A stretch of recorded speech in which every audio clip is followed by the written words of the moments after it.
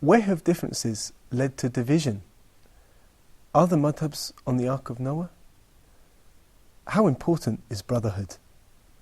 Don't go away, we'll be right back.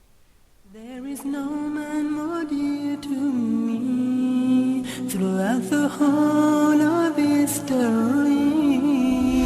than the one who was sent as a guide, leading people from darkness to light.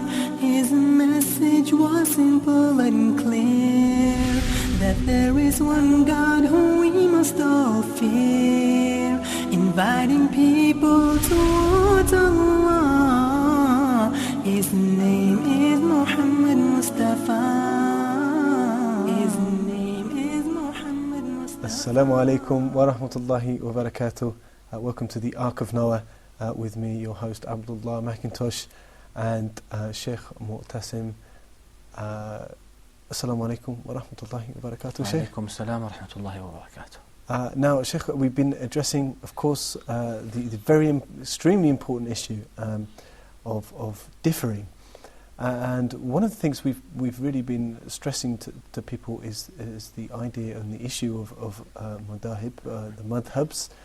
Sticking to a madhab, is it permissible or is it not? Yes. Can you just give us a brief summary of what you've said and your opinion about following the madhab? Alhamdulillah wa salatu wa salamu ala rasulillah. The issue of the madhab is very important because people have really misunderstood the intention behind the madhab and the main reason why they appeared. The originators of the madhabs, they never intended to have this kind of partisanship or to have this kind of blind following. They never intended it. And that was from their explicit statements, wasn't it? Yes, there are many statements. Actually, there are many books that talk about their statements and how they encourage their followers that don't take our words as divine words. These are opinions, this is a human effort. Don't stop by what we stopped by because we tried our best and that was it. Now you have to carry that mission, take it further. And what they intended is just to bring that, because they dedicated their life for knowledge.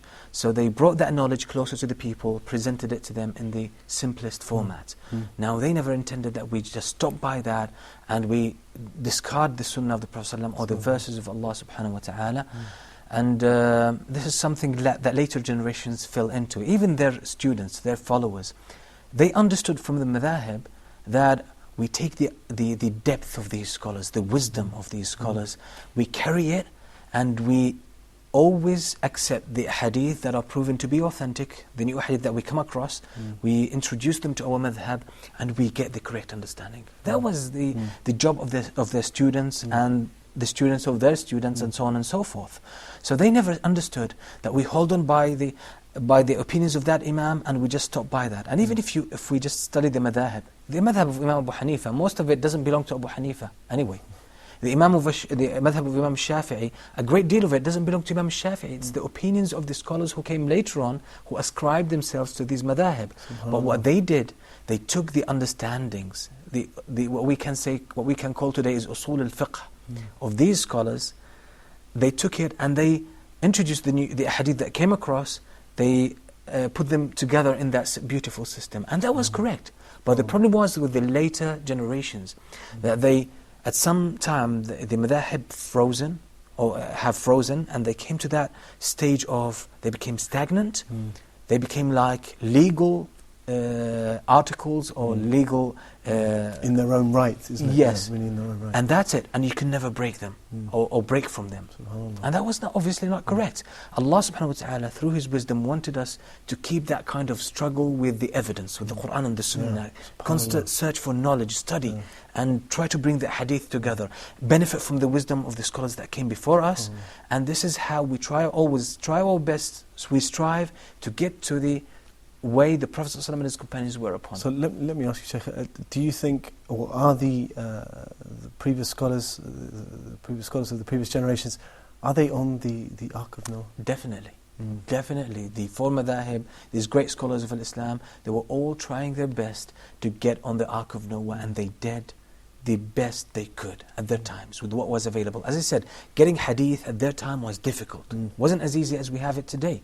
So when they didn't find a hadith on an issue, they used the generalities of the Qur'an to make rulings. And at their time, at that stage, it was a valid and it was the best thing to do. But for that time. For that time. Later on, if you came across a hadith that talks about an issue that you, specifically about an issue, that, for example, Imam Malik, at his time, he resorted to reasoning because he didn't find an explicit hadith about it. Now, you are not allowed to discard the hadith and hold on to Imam Malik's opinion. Because if Malik's opinion had that hadith, he would not use his intellect or his reason or his analogy to arrive at this ruling. He would hold on to the hadith. SubhanAllah. So, Shaykh, in essence, what's your opinion? I mean, do you think that the madahib, they can be a source of unity? Is that possible? They ought to be a source of unity, because that was exactly what these great imams were trying to do. They were trying to get the people to the sunnah. So it's not to unify them on the basis of the sunnah. Definitely. But in fact, is it become a source of problems for them? Practically, it has become a source. And if we just go back in history, just like 50, 60 years back, in Al-Masjid Al-Haram in Mecca, do you know that there were 4 maharib, or places for prayer, 4 places for imams? Like or there were 4 jama'as for each prayer. Can you imagine that? Now we have people praying behind the same imam. And thanks for the one who put an end to that division. At that time, it was, for example, the adhan was called, there would be, for example, the Shafi'i, a jama'ah. So people who followed the Hanafi madhab, or the Hanbali madhab, or the Maliki madhab, they would not pray. They would keep sitting in the masjid, waiting for the Shafi'is to finish their prayer. Then they would go and depart the masjid. The Hanbalis would come, they would finish. The Malikis would come, then the Hanbalis, or then the Hanafis would come, and so on and so forth. And obviously, depending on the government, what the government was, their madhab would be the first one to establish the prayer. And that division was never intended by these imams, and is never accepted in Islam.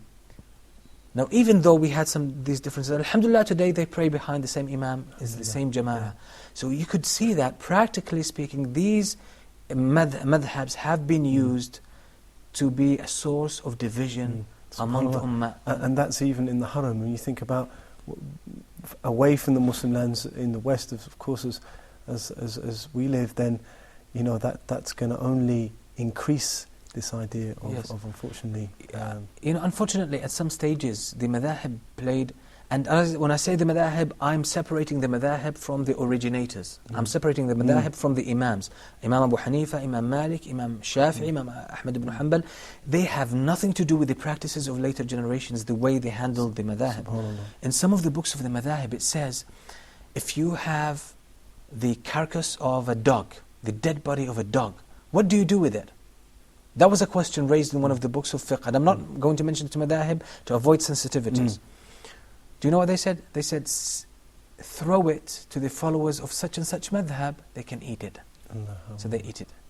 And even some of the madhab, it says that, can we marry from another madhab, from such and such madhab? And someone would give the answer, obviously, we can marry their women, but they cannot marry our women. And he was asked why. He said, because we put them in the position as the people of the book. We can marry their women, but they cannot marry our women. So this is really in effect a very clear example about where legal differing can lead to division. Yes, when people handle it the wrong way, obviously it can lead to division. But when there are scholars who are upon the sunnah, scholars who really understand the wisdoms of Sharia, this should never be among the Muslims. SubhanAllah. So, Sheikh, let's move away from the idea of madhabs. And let me ask you about differing within Ahlul Sunnah wal Jama'ah.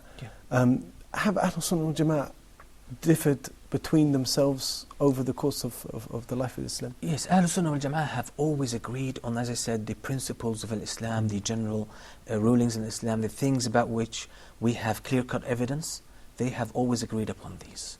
Because the moment a person disagrees with something that is well established in the Quran and the Sunnah, he's outside of the circle of Ahlul Sunnah wal Jama'ah. Ahlul Sunnah wal Jama'ah have differed always about certain issues, fiqhi issues, because when difference is tolerated, when the evidence really allows more than one interpretation, they've always differed about this. One of the very common differences that we have today,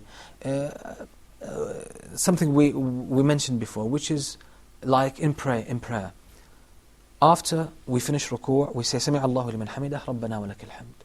Some scholars interpreted the hadith that the hands should go back here. Some scholars interpreted the hadith, no, that actually they should go back to their original position here.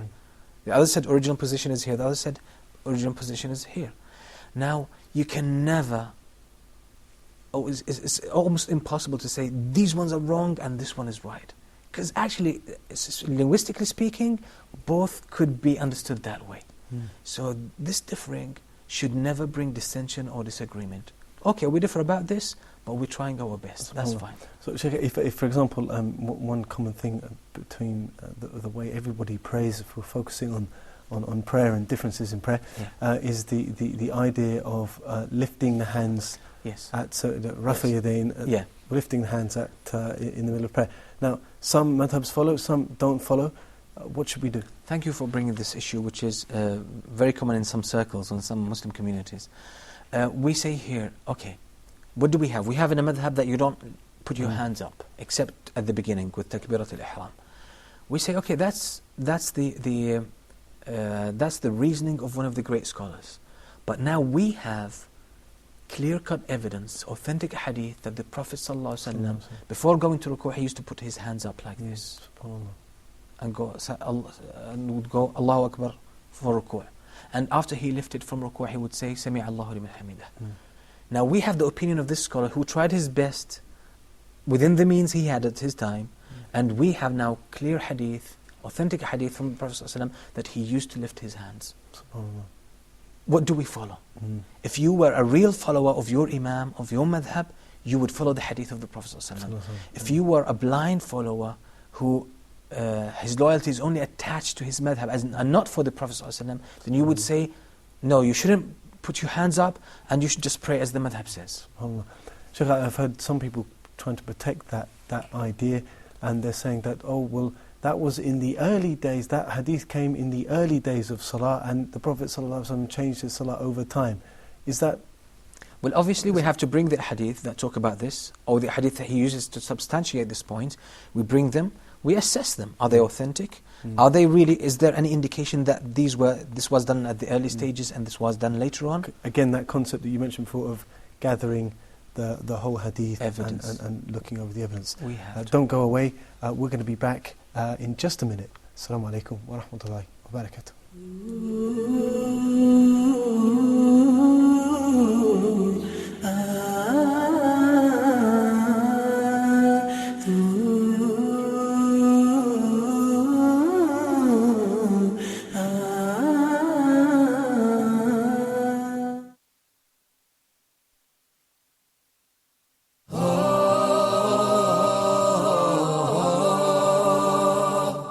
Reviewing the second rule of al-mim as-sakinah. That is the letter mim. So if the first mim is non-vowel or sakinah, followed by a voweled mim, so I will merge the first in the letter and I will pronounce them as one. وَآمَنَهُمْ مِنْ. And we spoke abundantly on the virtues of seeking refuge with Allah from the outcast Satan. Especially for the first reciter, he's got to recite it out loud. وَالسَّمَاءِ ذَاتِ الْبُرُوجِ. أعوذ بالله من الشيطان الرجيم. بسم الله الرحمن الرحيم. فإذا جاءت الصاخة. وَإِذَا النُّفُوسُ زُوِّجَتْ. Make sure it's Dhamma. وَإِذَا النُّفُوسُ. Thank you for joining us.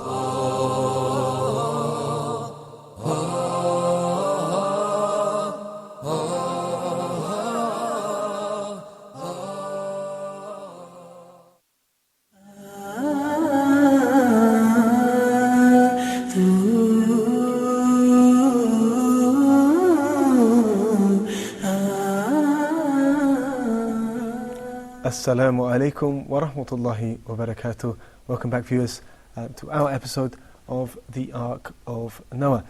Now, we're really focusing on the idea of differing, and we've used the example of madhab because this is one of the most prevalent issues, especially in the West, perhaps less so in the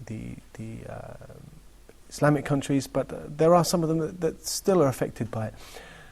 Now, Sheikh, we mentioned the idea of differences in salah and how to approach the different madhabs. Now we want to get into Ahl Sunnah. Have they differed? Have they not? Now let's take, for example, the leaving of salah. Yeah. What have the ulama said here? What have the scholars said here? And have they differed?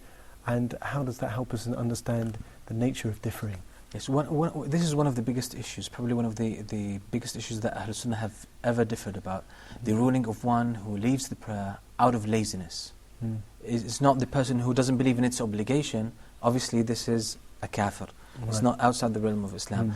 But the person who knows that he has to pray, but he's just too lazy to pray. And unfortunately, the situation of this ummah, this is a very important point, because we've got to the stage in the life of the ummah that there's a lot of people around who do this, unfortunately. Unfortunately, that's the case. The scholars of Ahl Sunnah have always differed. The one who leaves the prayer out of laziness, is he a kafir right away? Or is he still a Muslim? Now, some people today try to go to extreme. They try to label the one who considers Tariq al-Salah to be kafir. They said, you are Khawarij.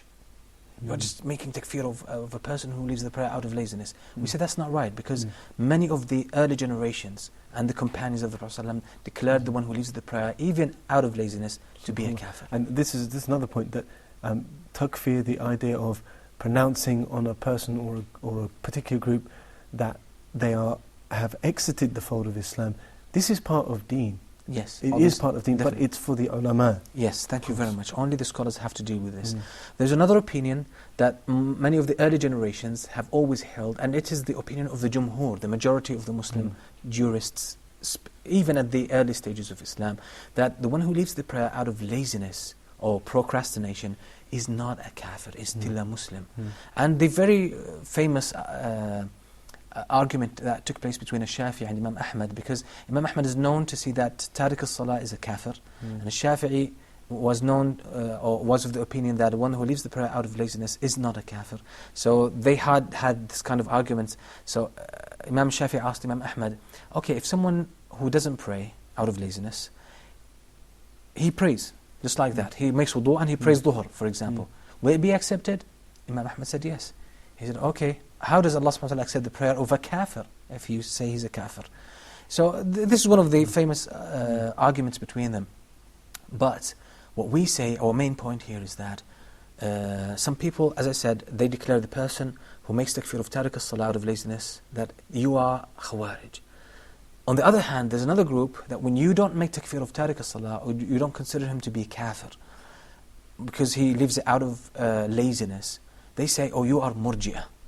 Both are wrong, because these two opinions have always existed among the scholars from the early days of Islam. So we say here, okay, leave it, because there are many evidences that talk about, and each side have their own proofs for that. We leave this for the scholars. These both opinions have always existed among the people of Ahl Sunnah. So this issue should never bring dissension and differing or split among the Muslims. So going into these let's say the grey areas, it's not clear. So we shouldn't delve into that. We should leave it, and perhaps we should focus. And you'll tell me if this is great. Perhaps we should focus on because a lot of times brothers, they come to Islam or whatever, and they're focusing on the big issues that the ulama are talking about, and they're not focusing on the main idea of Tawheed and who Allah is, and they're focusing on these differences with no knowledge. Yes, and even people who are not new to the deen. Yes, obviously, even people who started seeking knowledge, or people who have just come to Islam, they shouldn't get into these issues. Sufyan al-Thawri said, if you see the young man always chasing the grey areas or difficult questions, then write on his back, لا يفلح, he will never be successful. Because that's not the right way to do it. You have to learn the basics of the deen. Don't get into the issues of disagreement, the issues that should only be handled by the scholars. And of course we said one of the most important etiquettes that you recommend in dealing with this issue of differences in general, not only with madhab but in Ahl Sunnah Jama'ah, and differences in the scholars, is to leave it. Yes, that's the best for the thing. general public, the beginner students of knowledge, don't get into that. Okay, Sheikh, now this problem, this legal verdict that we are allowed to differ, how important is it that we are able to overcome these differences in ourselves and not let it rise up to become an issue where we then the differing becomes a source of division, and we start affecting the brotherhood, and we start causing disunity among our communities?